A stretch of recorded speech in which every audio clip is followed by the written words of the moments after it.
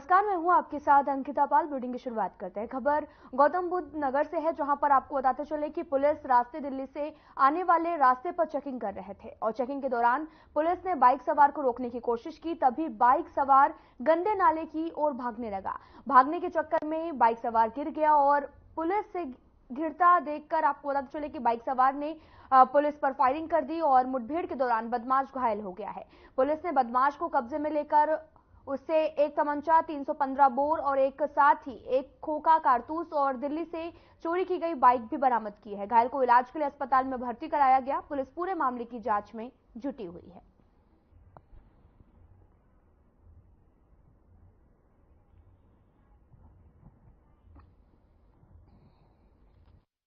थाना फेज 1 की police sector 14A की जो फ्लाईओवर है उसके नीचे चेकिंग कर रही थी।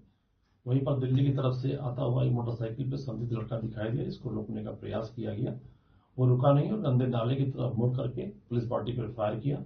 पुलिस पार्टी के द्वारा आत्मरक्षा फायरिंग की गई, जिसमें बदमाश घायल हुआ। घायल बदमाश की पहचान नावेद के रूप में हुई है। जगतपुरी दिल्ली का रहने वाला है। इसके ऊपर करीब 1.5 दर्जन से ऊपर अधिक से मुकदमे पंजीकृत है और इसके पास से एक तमंचा बरामद हुआ है। इसके पास से मोटरसाइकिल बरामद हुई, जिसके द्वारा बताई कि 3 महीने पहले इसने दिल्ली से चोरी की थी।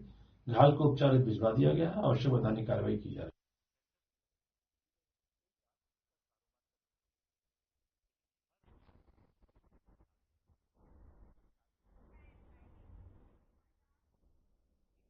थाना फेज 2 की पुलिस की तरफ से भंगेलकट पर आपको बता दें कि चेकिंग की जा रही थी। तभी बिना नंबर प्लेट की एक बाइक आई और जिस पर एक संदिग्ध व्यक्ति आता हुआ दिखाई दिया। पुलिस ने पास आने पर उसको संदिग्ध रुकने का संकेत भी दिया तो संदिग्ध पीछे मुड़कर नाली की तरफ भागने लगा। पुलिस ने पीछे व्यक्ति का भी पीछा किया और जिसके बाद में अभियुक्त ने पुलिस पर फायरिंग शुरू कर दी। पुलिस ने जवाबी कार्रवाई करते हुए अभियुक्त को काबू में कर लिया है। आपको बताते चले कि अभियुक्त के कब्जे से एक चोरी की मोटरसाइकिल, स्प्लेंडर प्लस और साथ ही कई मोबाइल फोन सहित एक तमंचा और कई जिंदा कारतूस भी बरामद किए गए हैं। फिलहाल पुलिस पूरे मामले की जांच में जुटी हुई है।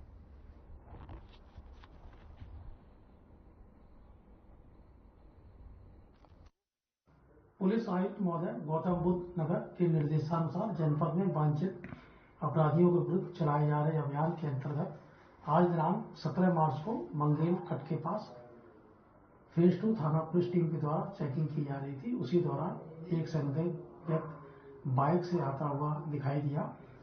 उक्त व्यक्ति को रुकने का इशारा किया गया, परंतु वह नहीं रुका। पीछा करने पर उसने पुलिस टीम पर जान से मारने की नीयत से फायरिंग करने लगा।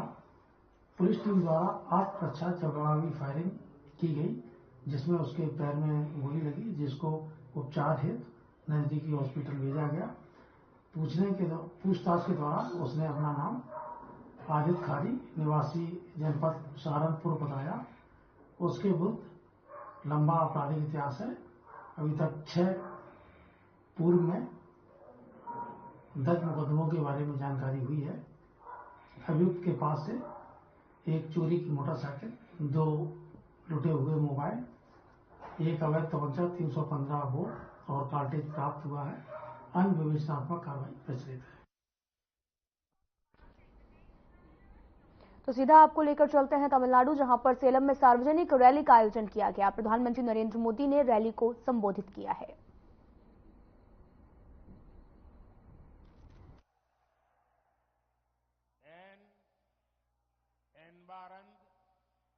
तमिल सगोदर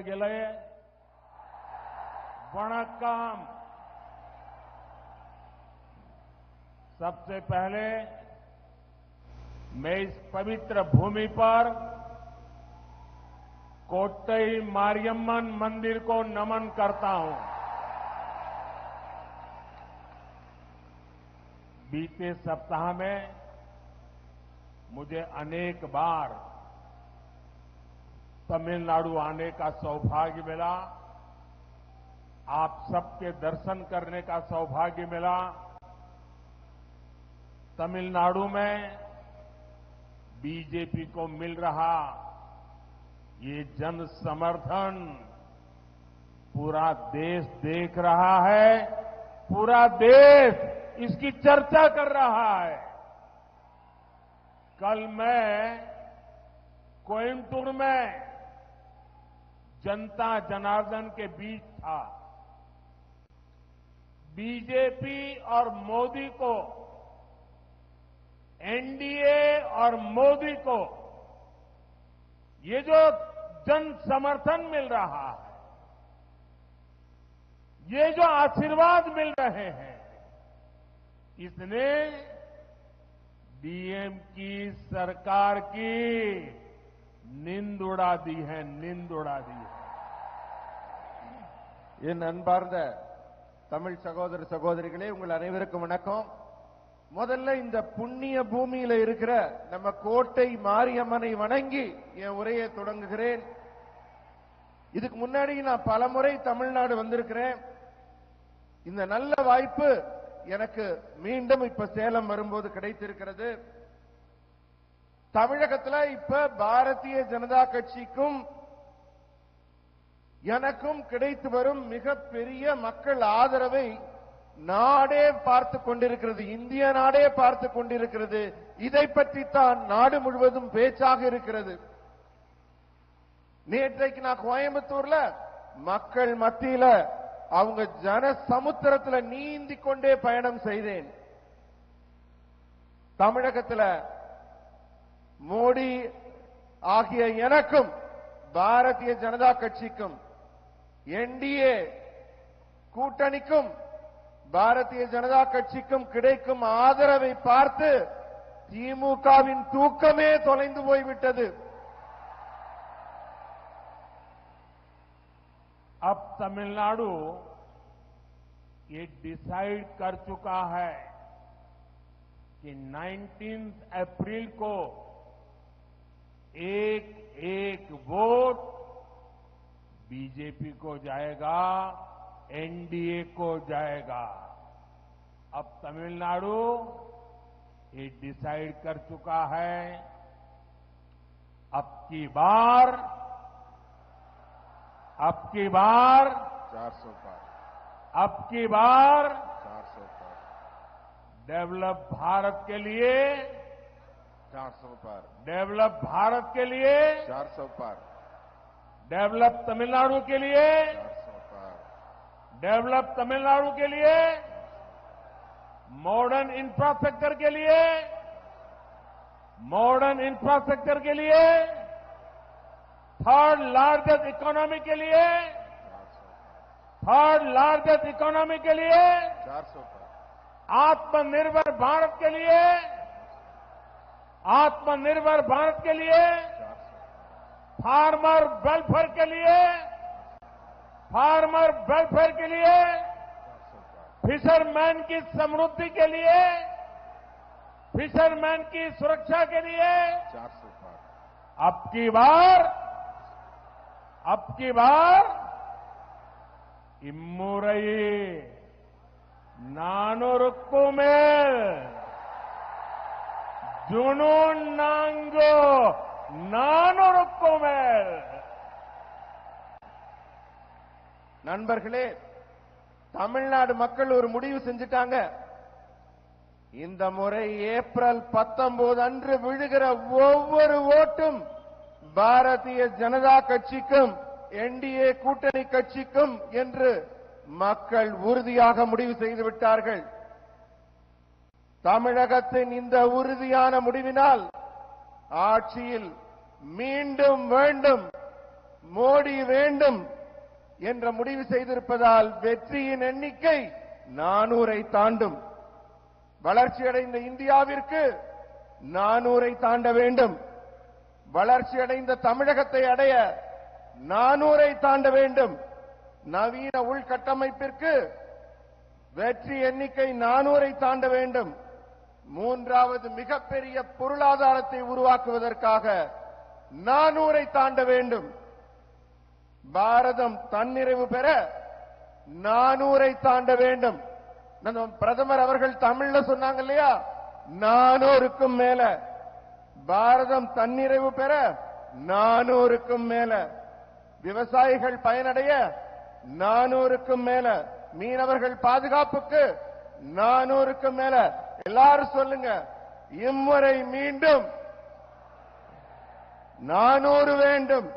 இம்முறை மீண்டும் जून 4 साथियों, डेवलप तमिलनाडु के एनडीए के मिशन को एक और नई ऊर्जा मिली है। हमारे वरिष्ठ नेता और मेरा व्यक्तिगत संबंध भी जिनके साथ ज्यादा है, सब पीएमके ने भी एनडीए के नेतृत्व में तमिलनाडु का भाग्य बदलने की घोषणा की है। अय्या डॉक्टर रामदास जी का अनुभव और डॉक्टर अंबुमणि रामदास का टैलेंट, उनका परिश्रम तमिलनाडु के डेवलपमेंट को नई ऊंचाई देने में मदद करेगा। मैं एनडीए में शामिल होने पर उनका स्वागत करता हूं, अभिनंदन करता हूं। நண்பர்களே, நம்ம என்டிஏ கூட்டணி இப்ப மிகவும் வலுவான கூட்டணியாக உருவாகி இருக்கிறது. நேற்று நமது பாட்டாளி மக்கள் கட்சியின் தலைவர்கள் நம்ம என்டிஏ கூட்டணியில் இணைய சம்மதித்துள்ளனர். ஐயா டாக்டர் திரு ராமதாஸ் அவர்களும் திரு டாக்டர் அன்புமணி ராமதாஸ் அவர்களும் அவர்களுடைய திறமை, அவர்களுடைய ஆற்றல், அவர்களுடைய தொலைநோக்கு, இவற்றையெல்லாம் கொண்டு தமிழகத்தை ஒரு புதிய உயரத்திற்கு, புதிய முன்னேற்றத்திற்கு கொண்டு செல்ல ஒரு உத்வேகமே நமக்கு கிடைத்திருக்கிறது. என்டிஏ கூட்டணியில் இணைத்துக் கொண்டுள்ள பாட்டாளி மக்கள் கட்சியின் தலைவர்களையும் தொண்டர்களையும் நான் வருக வருக என்று வரவேற்கிறேன். साथियों, सेलम में कई बार आया हूं और आज जब सेलम आया हूं तो बहुत सी पुरानी यादें भी ताजा हो गई है। 40-45 साल पहले जब मैं कैलाश मानसरोवर की यात्रा पर गया था तो यहां सेलम का एक नौजवान रत्नावेल मेरे साथ मेरे ग्रुप में था। रत्नावेल मुझे थोड़ी बहुत तमिल सिखाने का भी प्रयास करता था और उससे मुझे सेलम के विषय में, तमिलनाडु के विषय में बहुत कुछ जानने को मिलता था और मेरे मन में तब से सेलम के प्रति एक आकर्षण रहा। रत्नावेल जी का वहां से कैलाश मानसरोवर यात्रा करने के बाद उन्होंने आकर के यहां एक रेस्टोरेंट चालू किया था, लेकिन दुर्भाग्य से वो अकस्मात में उनकी मृत्यु हो गई। बहुत छोटी आयु में मेरा वो दोस्त चला गया। अब वो हमारे बीच नहीं है।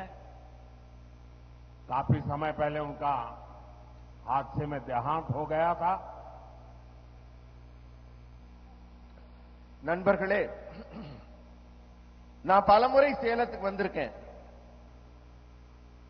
இந்த முறை சேலம் வரும்போது எனக்கு என்னுடைய பழைய ஞாபகங்கள் எல்லாம் சேர்ந்து வருகிறது. இன்னைக்கு ஒரு 40-50 வருஷம் முன்னாடி நான் கைலாஸ் மானசரோவர் யாத்திரை செல்லும் போது என்னுடைய கூட ஒரு பெரிய குழு வந்திருந்தாங்க. அந்த குழுவுல ஒரு இளைஞர் இருந்தார், இந்த ஊரை சேர்ந்தவர், ரத்னவேல் என்பது அவருடைய பெயர். எனக்கு அவர் ஞாபகம் வருது சேலம் வந்தோன்னு. அவர் என் கூட வரும்போது சேலத்தோட பெருமைகள், இந்த ஊரை பத்தின நல்ல நல்ல விஷயங்கள் எல்லாம் என்கிட்ட சொல்லிக்கிட்டே வந்தாரு. சேலத்தோட பல செய்திகள் சொன்னாங்க. அதை கேட்டதுல இருந்து எனக்கு சேலத்தின் மீது ஒரு மிகப்பெரிய ஒரு ஈர்ப்பே உருவாகிடுச்சு. அவரு அங்கே திரும்பி வந்து இங்க ஒரு உணவகத்தை வைத்து நடத்தி கொண்டிருந்தார். துரதிருஷ்டவசமாக இப்போது அவர் நம்மிடையே இல்லை. ஒரு விபத்தில் அவர் தன் உயிரை இழந்து விட்டார். அவருடைய நினைவு எனக்கு இங்கு சேலம் மண்ணில் கால் பதித்ததும் வந்து கொண்டிருக்கிறது. यहां सेलम में मेरी बहुत आत्मीयता के.एन. लक्ष्मणन जी से भी थी।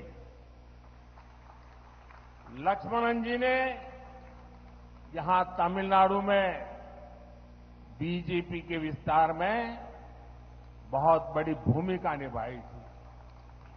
इमरजेंसी के दौरान भी उन्होंने बहुत बड़ा संघर्ष किया था। उन्होंने बहुत सारे स्कूल भी शुरू करवाए थे। आज सेलम आया हूं। तो जैसा कि आपने सुना कि प्रधानमंत्री नरेंद्र मोदी तमिलनाडु पहुंचे थे, जहां पर उन्होंने अपनी पुरानी यादों का जिक्र किया है। फिलहाल यहां रुकते हैं एक छोटे से ब्रेक के लिए।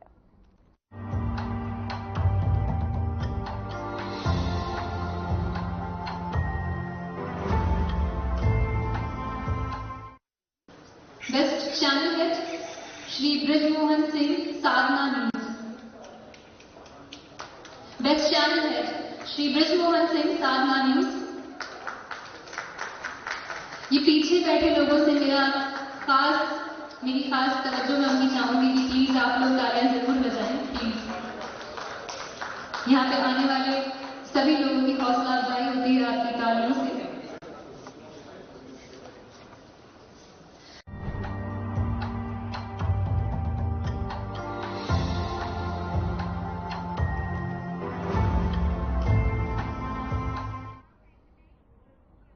ब्रेक के बाद स्वागत है आप सभी का। तो सीधा आपको लेकर चलते हैं दिल्ली, जहां पर संबित पात्रा पीसी कर रहे हैं और साथ ही बीजेपी के राष्ट्रीय प्रवक्ता संबित पात्रा ने पीसी की है।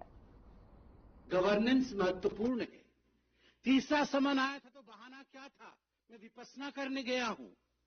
चौथा समन आया तो बहाना क्या था, असेंबली चल रही है। पांचवा समन आया तो बहाना क्या था, मध्य प्रदेश में चुनाव चल रहे हैं।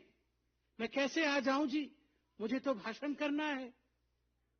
9 समन 18 बहाने, मगर ये बहाने चलने वाले नहीं है। कल से टेक्निकल बहाने दिए जा रहे हैं।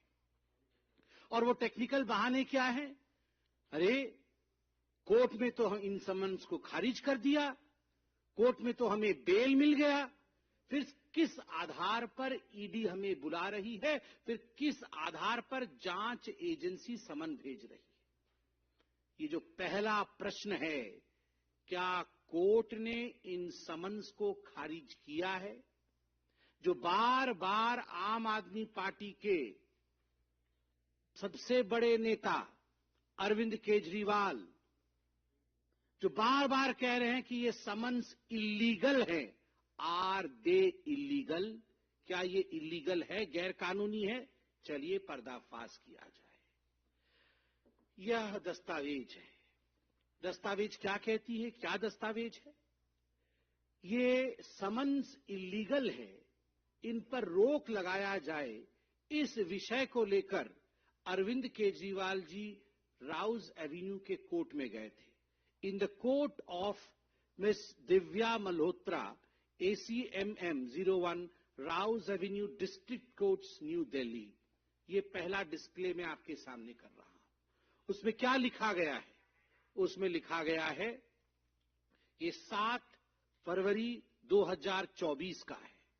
स्पष्ट रूप से उसमें शुरू होता है, this is a complaint filed under section 200 of the Code of Criminal Procedure 1973, by way of this order, I shall decide whether there is sufficient material for taking cognizance of the offence under section 174 of the Indian Penal Code 1860 and the grounds for proceeding against the proposed accused mister Arvind Kejriwal. Court में क्या कहा गया? Court में कहा गया, केजरीवाल जी ने जाके कहा कि जो ईडी ने समन भेजा था वो गैर कानूनी है और इसको विड्रॉ कराया जाए, ये ठीक नहीं है। तो कोर्ट में जज साहिबा क्या कहती है कि ये जो कंप्लेंट आया है, कंप्लेंट क्या आया है कि गैर कानूनी है, विड्रॉ किया जाए। मैं इस पे अभी दस्तावेजों के आधार पर स्टडी करके अपना जजमेंट दूंगी। और सेक्शन 174 क्या होता है? सेक्शन 174 होता है कि यदि कोई जांच एजेंसी आपको समन करे और आप उस समन का सम्मान न करें तो आपके ऊपर कानूनी कार्यवाही हो सकती है। ये सेक्शन 174 है। तो केजरीवाल जी ने कहा मेरे पे कोई कार्रवाई नहीं होनी चाहिए जी, क्योंकि मैं तो राजा हरिश्चंद्र जी हूं और मैं तो कोई गलती कर ही नहीं सकता हूं, और इसलिए ये सब फर्जी बातें हैं। मगर यहां एक्यूज्ड के नाम से जज साहिबा ने उन्हें संबोधित किया, और कंक्लूजन में जब जजमेंट दिया, मैं वो पन्ना आपको दिखा रहा हूं और पढ़ के सुना रहा हूं। क्या कहा गया कंक्लूजन में? 13 नंबर पैराग्राफ में, to sum up from the contents of the complaint and the material placed on record, prima facie offence under section 174 of the IPC 1860 is made out, and there are sufficient grounds for proceeding under section 204 of the Code of Criminal Procedure 1973 against accused Mr. Arvind Kejriwal। बड़े स्पष्ट रूप से कहा गया कि वो accused mister Arvind Kejriwal जो हैं, प्राइमा फेसी अक्यूज्ड हैं। जो भी तथ्य कोर्ट के सामने रखा गया, जो भी दस्तावेज मेरे सामने रखा गया, जज साहिबा कह रही हैं, मैंने गहन अध्ययन किया। गहन अध्ययन करने के पश्चात प्रथम दृष्टया इसमें कोई शक नहीं है कि जब आपको समन दिया जाए तो आपको समन का सम्मान करते हुए जांच एजेंसी के सामने एक्यूज्ड, आज से मैं अरविंद केजरीवाल जी को एक्यूज्ड बोलूंगा। एके मतलब एक्यूज्ड अरविंद केजरीवाल, ये एक और उपाधि उनको मिली है, एके एक्यूज्ड अरविंद केजरीवाल। ये एक्यूज्ड अरविंद केजरीवाल जी हैं और उनको आके उनकी सफाई देनी पड़ेगी। आगे जज साहिबा क्या कहती है ये भी आप सुन लीजिए। Accordingly issue summons to accused mister Arvind Kejriwal for the offence under section 174 of the Indian Penal Code 1860 for 17/2/2024, announced in the open court today on 7th day of February 2024। इसलिए आप और समन्स इशू करिए। कोर्ट ने कहा समन issue करिए, court ने कहा prima facie accused है, कोर्ट ने कहा कि आपको अपीयर होना पड़ेगा। आप कैसे कह रहे हैं कि ये जो समन्स थे वो इलीगल थे? तो मी लॉर्ड सर जी, क्योंकि सर जी जो सोचते हैं कि वही लॉर्डशिप है, तो हम तो छोटे हैं, हम तो आम आदमी, और अरविंद केजरीवाल जी को लगता है वही सर्वे सर्वा है। तो मैं उनको ही कह रहा हूं, मी लॉर्ड अरविंद केजरीवाल जी, आपका जो सबमिशन था that has fallen flat. Your submission that these summons were illegal has fallen flat. वो इलीगल नहीं थे मी लॉर्ड, आज आम आदमी भी समझ सकता है कि वो लीगल थे, क्योंकि हिंदुस्तान की कोर्ट ने ऐसा कहा। तो अरविंद केजरीवाल ने कहा, अरे ये क्या हो गया, कोर्ट ने तो मेरी पोल खोल दी। तो तुरंत भागे, कहां गए? फिर कोर्ट चले गए कि रिव्यू करिए।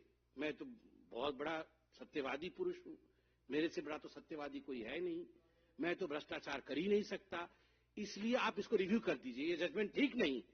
तो कहां गए? फिर से कोर्ट में गए और कोर्ट में जाके उन्होंने केस फाइल किया। Revision petition against the order dated 7/3/2024, जो ऑर्डर मैंने पढ़ा, is stated to have been filed by the accused। Court ने लिखा कि एक रिवीजन पिटीशन फाइल किया केजरीवाल जी ने, और फिर कोर्ट आगे कहती है कि we received and perused documents, there is no stay on the proceedings. सबसे महत्वपूर्ण बात जो कोर्ट कहती है, no stay on the proceedings. आपने रिवीजन के लिए फाइल किया केस कि नहीं, ये जो है अक्यूज्ड है, प्राइमा फेसी अक्यूज्ड है, इसको रिवाइज कर दिया जाए, सेक्शन 174 के तहत रोक लगा दिया जाए। मगर कोर्ट ने कहा no stay on the proceedings, कोई स्टे नहीं है जी। आप अपने आप को सेल्फ सेटिस्फाई कर सकते हो, सेल्फ अटेस्ट कर सकते हो कि मैं सबसे बड़ा सत्यवादी व्यक्ति हूं, किंतु आपको स्टे नहीं मिलता है, आपको आगे जाना पड़ेगा। आगे कोर्ट क्या कहती है? कोर्ट कहती है offence under the section 174 IPC being bailable, accused is admitted to bail upon furnishing of personal bond in the sum of rupees 15,000 with one surety of the like amount. Court कहती है कि आपके stay को हम proceed नहीं, उसको रोक नहीं सकते, कोई स्टे नहीं होगा उसके ऊपर, मगर हां जो समन आपको सरकार दे रही है, एजेंसी दे रही है, आप संविधान रूप से उसमें जाना चाहिए, नहीं जा रहे हैं, उसमें संवैधानिक प्राविधान के अनुसार गिरफ्तारी भी हो सकती है, किंतु हम उसमें वो बेलेबल है, हम उसमें आपको बेल देते हैं। तो 15,000 के मुचलके पे बाहर है अरविंद केजरीवाल, और उस पे ऐसी मूछे ताव मार रहे हैं जैसे पता नहीं क्या कर दिया। वो तो ऐसे ऐसे मूछे करके कल से बता रहे हैं कि देखो जी मैं तो बेल पे बाहर हूं, मैं तो बेल मिल गया है, मुझे बेल मिल गया है। मतलब जिसको बेल मिल गया है वो कातिल नहीं है, जिसको बेल मिल गया है उसने भ्रष्टाचार नहीं किया। मतलब कुछ तो गड़बड़ी थी ना, जो बेल लेने की नौबत आई। अगर आप दूध के धुले होते, पाक साफ होते, तो बेल की आवश्यकता क्या पड़ती। अरविंद जी, तो जैसा कि आपने सुना कि संबित पात्रा लगातार केजरीवाल पर समन को लेकर सवाल उठा रहे हैं। फिलहाल इस वीडियो में इतना ही। नमस्कार।